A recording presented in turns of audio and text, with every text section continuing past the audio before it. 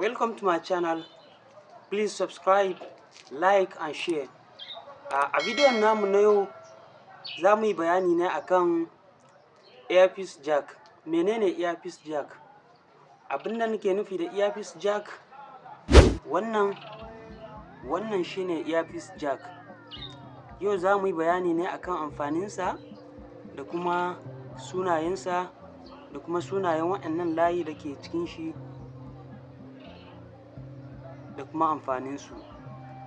Da farko dai shi wannan shine TRRS earpiece jack kenan, wato ma'ana da fari shi wannan da kuke gani na saman daga nan zuwa nan shine tip, shi wannan kenan, wannan da kuke gani wannan shine tip. Sai na biyun nan shine ring 1, wannan na farkon shine ring 1, wannan na biyun kuma shine ring 2, wannan kuma shine sleeve, wato ma'ana TRRS, tip, ring 1, ring 2 and sleeve, wannan kenan. Sai wannan shi amfanin shi shine wanda yake kai sauti a gefen ɓangaren kunnen hagu kenan, wannan tip. Sai ring 1 shine wanda yake kai sauti a kunnen gefen dama.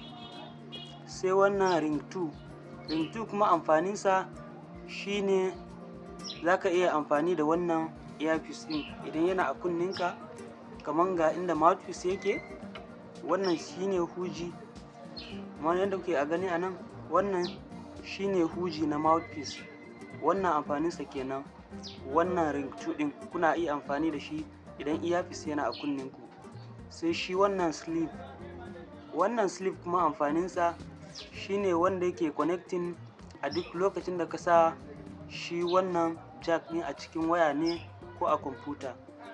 Idan yau ka ci karo da wannan bidiyon, ina so ka danna subscribing, ka yi liking, ka yi sharing, sannan ka ajiye muna comment a kasan wannan bidiyo.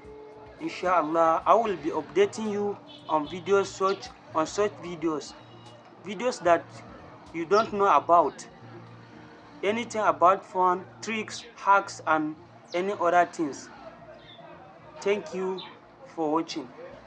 Don't forget to like, share and subscribe. Thank you. Nagode. See you on